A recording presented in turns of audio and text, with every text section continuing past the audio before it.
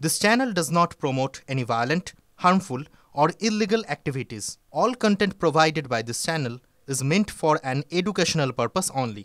নমস্কার, টিভি9 বাংলায় আপনাদের সকলকে স্বাগত। লিমা রয়েছি আপনাদের সঙ্গে। গোয়ালপুকুরের পর চোপড়া, উত্তর দিনাজপুরে আবারও পুলিশের কাছ থেকে দুষ্কৃতী ছিনতাই, ফের আক্রান্ত উর্দি। দাপুটে তৃণমূল নেতা ও প্রাক্তন পঞ্চায়েত সদস্য মুজিবুর রহমানের বিরুদ্ধে আগ্নেয়াস্ত্র পাচার সহ একাধিক মামলা। পুলিশের চোখে ধুলো দিয়ে দীর্ঘদিন ধরে গা ঢাকা দিয়েছিল এই দুষ্কৃতী মুজিবুর রহমান। গোপন সূত্রে খবর পেয়ে তাকে আজ ধরতে যায় পুলিশ।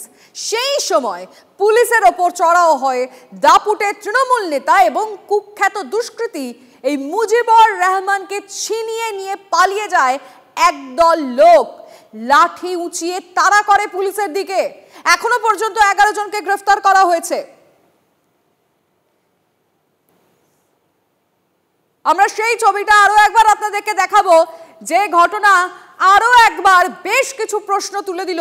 আপনাদের গোয়ালপুকুরের কথা নিশ্চয়ই মনে থাকবে, যেখানে প্রিজন ভ্যানের মধ্যে দুষ্কৃতীকে নিয়ে যাওয়া হচ্ছিল, সেখান থেকেই পুলিশের দিকে গুলি ছুড়ে চোখে ধুলো দিয়ে দুষ্কৃতী পালিয়ে যায়। পরবর্তীতে পুলিশ তাকে ধরে ফেলে। কিন্তু এবার আবারও সেই একই ঘটনা চোপড়ায়।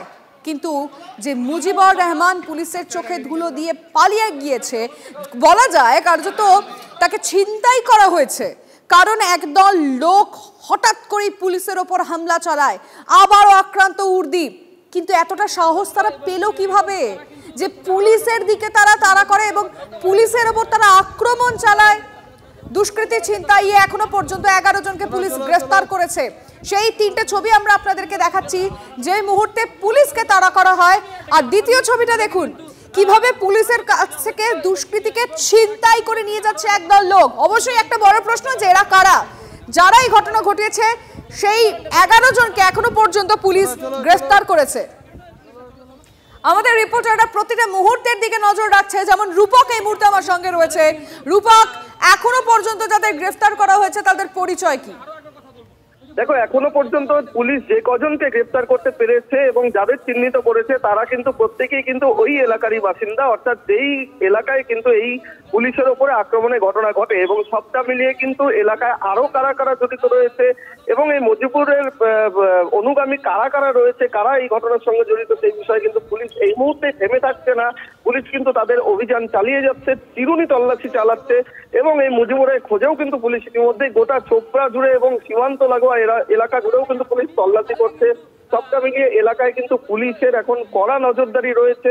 পুলিশ কতক্ষণে এই মূল অভিযুক্তকে গ্রেফতার করবে সেদিকেই কিন্তু সকলে নজর রাখছেন যেমন একদিকে, অন্যদিকে কিন্তু এই অস্থিরকর পরিস্থিতি থেকে একেবারে সাধারণ মানুষ কিন্তু তারা কিন্তু রেহাই চাইছেন এবং যারা অভিযুক্ত তাদের বিরুদ্ধে কি পদক্ষেপ নেয় পুলিশ সেদিকেও কিন্তু সকলে নজর রাখছেন। আমি একটু একটা বিষয় জানতে চাইবো রূপক তোমার কাছ থেকে, কারণ চোপড়ার ভৌগোলিক অবস্থান এমন একটা জায়গায় দুদিকে যাওয়ার চান্সেস রয়েছে, মানে যদি পালিয়ে যাওয়ার সম্ভাবনা থাকে, সেক্ষেত্রে পুলিশের তৎপরতা কি লক্ষ্য করা যাচ্ছে? দেখো, এই বিষয়ে কিন্তু সবচাইতে উল্লেখযোগ্য যেটা কথা, যে সাজ্জাকের পালিয়ে যাওয়ার যে সম্ভাবনা ছিল সেরকম কিন্তু এই ক্ষেত্রে মুজিবুরের পালিয়ে যাওয়ার, একটা বাংলাদেশে পালিয়ে যাওয়া বা বিহারে গা ঢাকা দেওয়ার কিন্তু একটা সম্ভাবনা কিন্তু পুলিশ প্রথম থেকেই নজরে রেখেছে। এবং তাতে কিন্তু একদিকে যেমন বিএসএফ কে অ্যালার্ট করেছে পুলিশ, অন্যদিকে কিন্তু বিহার পুলিশকেও অ্যালার্ট করা হয়েছে পুলিশের তরফ থেকে। সবটা মিলিয়ে কার্যত বিহারের দিকে গা ঢাকা দেওয়ার সম্ভাবনাই কিন্তু মূলত জোরালো হচ্ছে পুলিশের সূত্রে আমরা যেমনটা জানতে পারছি। সেক্ষেত্রে কিন্তু বিহার লাগোয়া অঞ্চলগুলোতে কিন্তু পুলিশের নজরদারি বাড়তি। বেশ, বুঝতে পারছি রূপক, তুমি নজর রাখো। আমরা আমাদের দর্শকদেরকে একবার গোয়ালপুকুরের কথা মনে করিয়ে দিতে চাইবো, যেখানে একেবারে দুষ্কৃতীকে প্রিজন ভ্যানে তোলা হয়েছিল, তার পরবর্তীতে সেই দুষ্কৃতী কিভাবে পুলিশের দিকে গুলি ছুড়ে পুলিশের চোখে ধুলো দিয়ে পালিয়ে যায়। পরবর্তীতে রাজীব কুমারের সেই বক্তব্য আমরা আমাদের দর্শকদেরকে শোনাবো। তারপরে এনকাউন্টার, সেটাও আমরা আমাদের দর্শকদেরকে আরেকবার মনে করাতে চাইবো।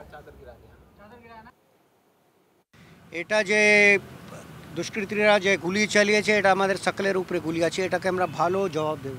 We are trend like that. Normally আমরা যে নর্মাল লোকজন আছে ওদের আমরা সিকিউরিটি প্রোভাইড করি, আমরা ওদের জন্য সুরক্ষা প্রদান করি। কিন্তু যদি কোনো ক্রিমিনাল পুলিশ ফোর্সের উপরে গুলি চালাবে, যদি একটা গুলি চালাবে আমরা চারটা গুলি চালাবো। আমরা এটা প্রতিবদ্ধ আছি অ্যান্ড উইল ডু ইট।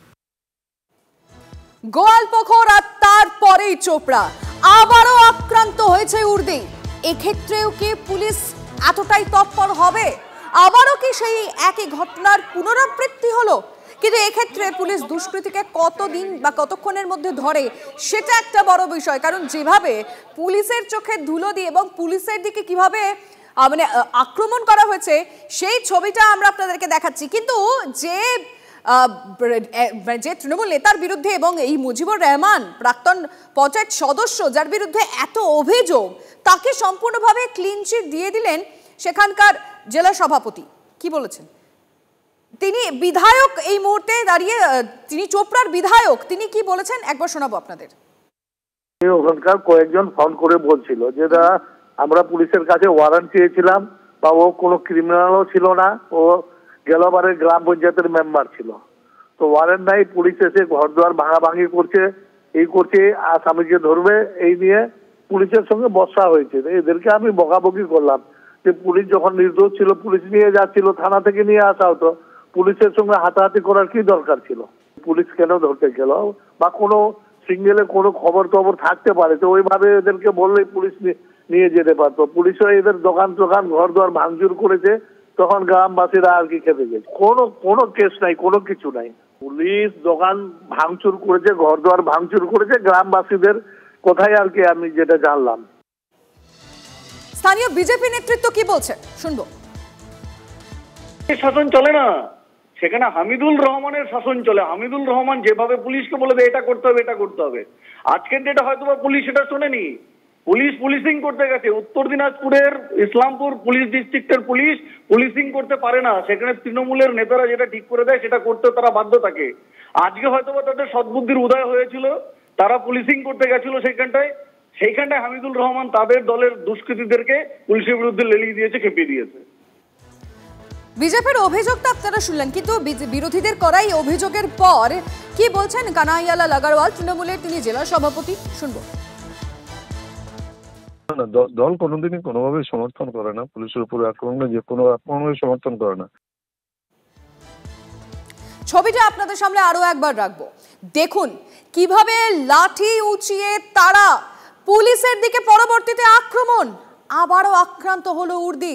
আমরা এর আগে গোয়ালপুকুর দেখেছিলাম, আর এবার চোপড়া।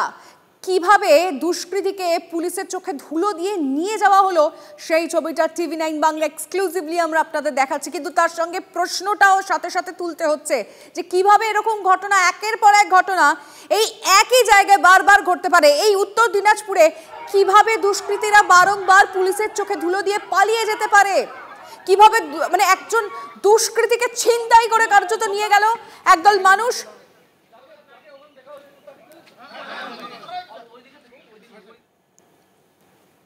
ইতিমধ্যে আপনাদেরকে আমরা বারংবার জানাচ্ছি 11 জনকে ধরা গেছে, যাদেরকে ধরা হয়েছে তাদের বক্তব্য আমাদের কাছে এসে পৌঁছেছে, আমরা শোনাবো।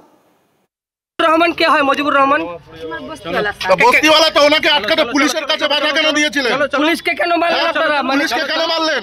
বন্ধ করে আমি কিন্তু বাইরে খালি যাই, যখন সামানগুলো খালি রাখছি উনি আমাকে কেন মারধর করে কাজ উঠালো। পুলিশ মানে তো আপনারা পুলিশকে মারছিলেন নাকি? না, আমি দোকান করলাম স্যার।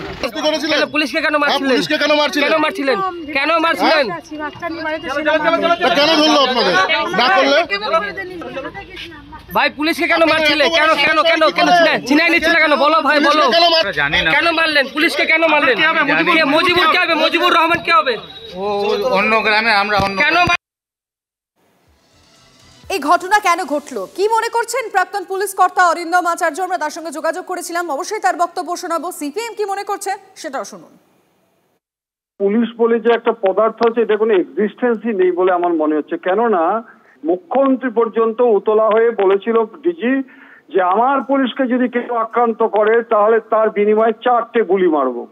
আপনি তার পরবর্তীকালে দেখুন ইন্সপেক্টরকে কলার ধরে টানছে, একটা ইন্সপেক্টরকে কলার ধরে টানতে টানতে নিয়ে চলে যাচ্ছে। বিভিন্ন জায়গায় পুলিশকে কিভাবে, আদৌ কি পুলিশের বলে কোনো এক্সিস্টেন্স আছে? পুলিশ যদি আজকে নিরপেক্ষ হতো, পুলিশের যে আইন আছে সেইভাবে যদি কাজ করতো এবং প্রশাসন যদি আজকে সেটা রাজি হতো, তাহলে এত বড় সাহস থাকে না। তৃণমূলের সাথে দুষ্কৃতির যোগ থাকবে এটা আর পশ্চিমবাংলায় আজকে খুব মানে অবাক করার মতো ব্যাপার হয় না আর কি, কারণ তৃণমূল দুষ্কৃতি তৃণমূল আলাদা করাটা কঠিন হচ্ছে। যে নেতা গ্রেপ্তার হচ্ছেন তিনি বলছেন আমি নয় বড় মাথারা সব জানে। তাহলে পুলিশ কি সেই বড় মাথাদেরকে ধরতে গেল? বড় মাথাদের কাছে নিজের মাথা যদি বিকিয়ে দেয় পুলিশ, তাহলে এই ধরনের ঘটনা পশ্চিমবাংলায় ঘটতে থাকবে। আর যদি নিজের মাথা এবং শিরদাঁড়া সোজা করে তারা চলতে পারে, তাহলে এই ধরনের দুষ্কৃতি রাজ যেটা পশ্চিমবাংলায় বন্ধ হওয়ার সম্ভাবনা আছে।